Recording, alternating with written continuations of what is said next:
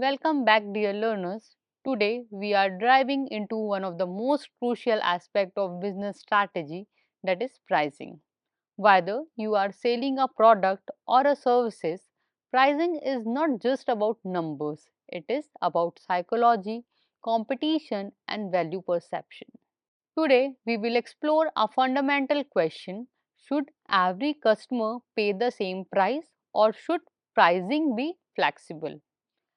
We will compare one price policies with variable price policies and see where each work best.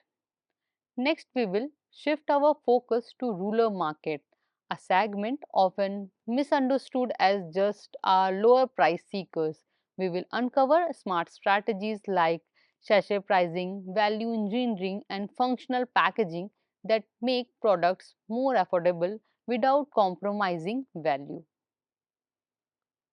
Finally, we will examine how pricing differs for urban versus rural consumers and how businesses tailor their approaches for quality conscious, value conscious, and price conscious buyers. By the end of this lecture, you will see pricing is not just a business decision but a powerful tool to connect with customers, build trust, and drive growth. Let's quickly recap the last session. We have explored the three fundamental pillars of pricing. The cost based approach looks inward, ensuring profitability. Second one is competition based approach looks outwards, ensuring market relevance. And the third one is demand based approach, which looks towards the customer, ensuring the price aligned with perceived value. A key question for any manager is, which approach is best? The answer is, it depends. The optimal strategies often involves a blend of three, that is market situation, product life cycle, and third one is business objectives. One price versus variable price policy. Now let's discuss a fundamental policy choice. Should a seller charge everyone the same price, or should the price be negotiable? This is the difference between a one price policy and a variable price policy. A one price policy, where all the similar buyers pay the same price, builds customer trust and reduce selling time. It's common in modern retail, especially in developed economies. For an example, McDonald's India follow a fixed price strategy where the price of a Mac Aloo Tikki is the same for every customer at a given location. This simplifies billing and reinforces fairness. On the other hand, a variable price policy allows for negotiation. The seller can be flexible, offering different price to different customers. This can help attract new business or reward large volume buyers. This is very common in many developing nations. While it offers flexibility, a variable price policy can also lead to customer distrust and damage a seller's reputation if not handled carefully. So, we can say that one price policy is often the better and the more equitable approach. For an example, in traditional markets or during big tickets purchase like real estate, pricing is negotiable. Like a property dealer may quote rupees 50 lakh, but the final price may be rupees 47 lakh after negotiation. Let's now transition to a very important and distinct market, that is the rural market. Pricing for rural consumer requires a unique set of strategies where it's common belief that rural consumers are only driven by low prices. The reality is more complex. They choose carefully and want to get good value for their money. Key strategies for rural market. So let's discuss what strategies work best in rural market. First is low cost unit packs like shampoo sachet or small soap bars make product more affordable for daily wage earners. Second, refill packs or reusable packaging offer value beyond the product itself. A durable plastic bottle, for an example, can be reused for other purposes, adding to its appeal. Third, value engineering, which involves using cost effective materials without compromising core quality, can help lower the final price. Fourth, a strategy of large volume with low margin is often effective. Instead of high profit on one item, the goal is to earn a good return through massive sales volume. And finally, passing on the benefit of overall efficiency in production and distribution to the consumer in the form of lower prices is a powerful way to build turnover and return. The importance of packaging in rural markets. A critical and often overlooked aspect of rural pricing is packaging. Rural consumers are highly practical.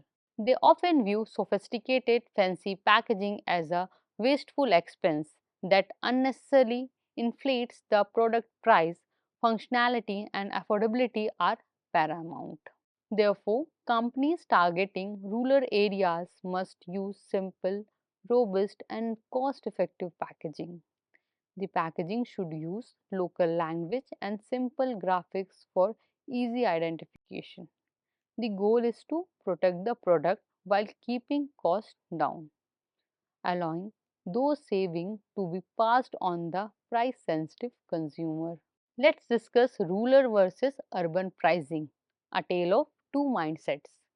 This brings us to a crucial comparison, the mindset of the rural versus the urban consumer. In urban market, the decision making hierarchy is often aspiration, then quality, and finally price. Consumers are driven by brands and lifestyle. But in rural India, the hierarchy is typically reversed. Price comes first, followed by aspiration and then quality. However, this does not mean a compromise on quality is acceptable. The rural consumer is smart and demands genuine value. Consider the Tata Nano car. The need for a personal vehicle existed in both urban and rural area, but the solution had to be different. The Nano was a re-engineered product that delivered the core function of a car at a radically affordable price point, perfectly illustrating the kind of value driven innovation required for the rural market. Let's pause and recap our discussion on rural pricing. We have seen that success in the rural market is not just about being cheap, it's about being affordable, functional, and value driven. So, how does a marketer achieve this? It requires deep empathy for the consumer and a willingness to innovate in product design, packaging, and distribution to create solutions that offer genuine value for money. Pricing for different consumer segments. Finally, let's broaden our view beyond the rural urban divide and look at pricing based on consumer psychology. We can segment consumer into three broad categories. The first one is quality conscious, second one is value conscious, and the third one is price conscious. Each segment requires a different pricing approach. Targeting quality and value conscious consumers. It is a mistake to think that only urban or wealthy consumers are quality conscious. People across all income level are willing to spend on high quality goods if they meet a specific need or aspiration. Here, the key for marketers is to provide a high quality product that is also relevant and accessible. The value conscious segment is perhaps the largest and the most dynamic. These consumers carefully weigh the price to value ratio. They don't necessarily want the cheapest product, but the best quality for reasonable price. This mindset led to the sensitization of many products categories. A brand like Godrej number 1 succeeded by offering high total fatty matter, a key quality indicator in soap, at a price that mass market consumers could afford. This is a perfect example of delivering superior value to rural people. Targeting the price conscious consumer. Lastly, we have the price conscious segment, which typically includes consumers with lower incomes. Their purchasing power is limited and their brand loyalty may be lower. To reach this segment, two strategies are key: low pricing through small unit and promotional pricing. The sachet revolution is the prime example of the first strategy. Another innovation is the bundle mini packs, like a kit with a small version of shampoo, toothpaste, and cream sold at a lower combined price than if you bought it separately. For promotional pricing, discounts, rebates, or even the traditional barter system, exchanging goods for other goods like paddy or maize during the harvest season, can be effective way to make the product accessible to this segment in deeper rural areas. Let's summarize this unit. This unit has provided a comprehensive overview of pricing. We begin by defining pricing policy and explored the three core approaches, that is cost based, competition based and demand based pricing. We then compared the different pricing styles used in rural and urban markets, showing how important affordability, usefulness and smart cost saving designs are for rural consumers. Finally, we segment consumers into quality, value, and price conscious groups and discuss tailored strategies for each. Remember, effective pricing is both a science and an art. It requires careful analysis of cost and competitors, but also a deep psychological understanding of your customers. The right pricing strategy applied thoughtfully, it is a powerful tool for achieving sustainable business success. I encourage you to observe how different businesses implement these strategies we discussed today, from your local kirana stores to e-commerce platforms. Notice how packaging, unit pricing and promotional offers are used to appeal to different consumer segments. Thank you all for your time and engagement today. Keep learning and keep growing.